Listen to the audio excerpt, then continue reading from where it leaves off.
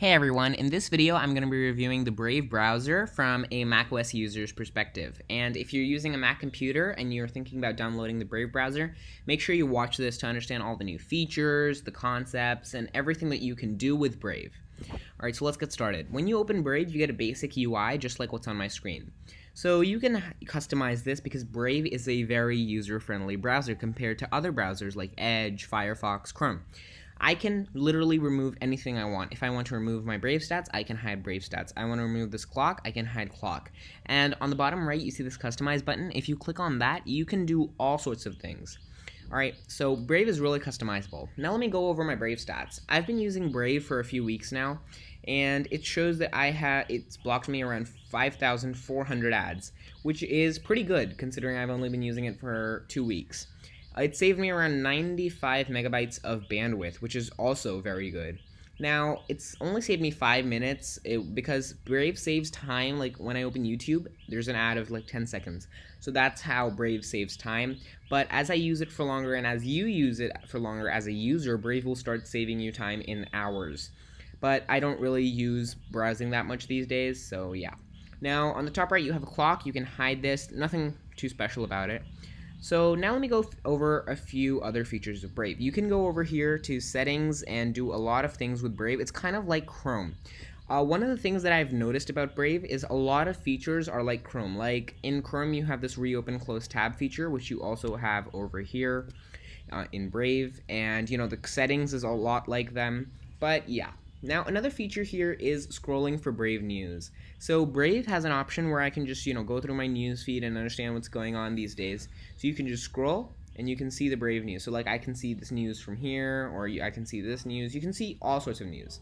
All right, now let me talk about DuckDuckGo and Tor connectivity in Brave. So if I open a private window in Brave, and if you're on a Mac, Command-Shift-N, what happens here is Brave doesn't remember what you do in a private window, sites you visit won't show up in your history, and cookies vanish when you're done. Private windows don't make you completely anonymous online though. So the reason I use private window mostly is because of cookies. Cookies basically make sure that, let's say I'm browsing on Amazon and I want to buy a product. What happens is Amazon will increase the price if they see that I've been searching for that product several times. But in this window, Brave doesn't remember what I'm doing and cookies vanish, so the site can't access my data. All I'm doing is from a private window accessing a site. And it uses the DuckDuckGo browser, which is search engine, sorry. Yeah, so it's pretty good. Now, even better than this is Tor connectivity. You can do this by pressing Command-Option-N. Now, Tor connectivity is basically your IP address is hidden, and it's kind of like a VPN because no one knows where you're from. You can set your location to Germany, to China, wherever you want. That's the great thing about Tor connectivity. Your IP address is hidden from the sites you visit. Brave never remembers what you do in a private window. With Tor connectivity, your IP address is hidden from the sites you visit. However, if your personal safety depends on remaining anonymous, use the Tor browser instead. But private connectivity with Tor is pretty good too. So this also uses DuckDuckGo, but it is a little slow because it takes time. Alright, so even so it says it over here, Tor can slow down browsing and some sites might not work at all because some sites might need your IP address. So I would not recommend that you use Tor connectivity unless you're a hacker or you need to do something that you need 100% anonymous. But yeah, you can pretty much just use this private window because I don't use that, I just use this.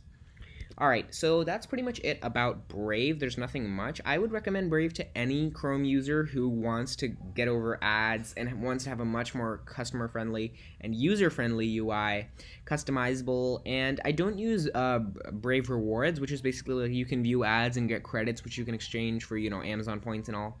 But yeah, I don't use that, but I would recommend that you use them if you want. So guys, that's pretty much it. Brave, it was a pretty short review. As a macOS user, there's not much difference. It's just, the two shortcuts to opening private windows are different. But yeah, that's pretty much it. Peace. Oh, and since I'm just starting out, a sub to the channel would be amazing. Thank you guys.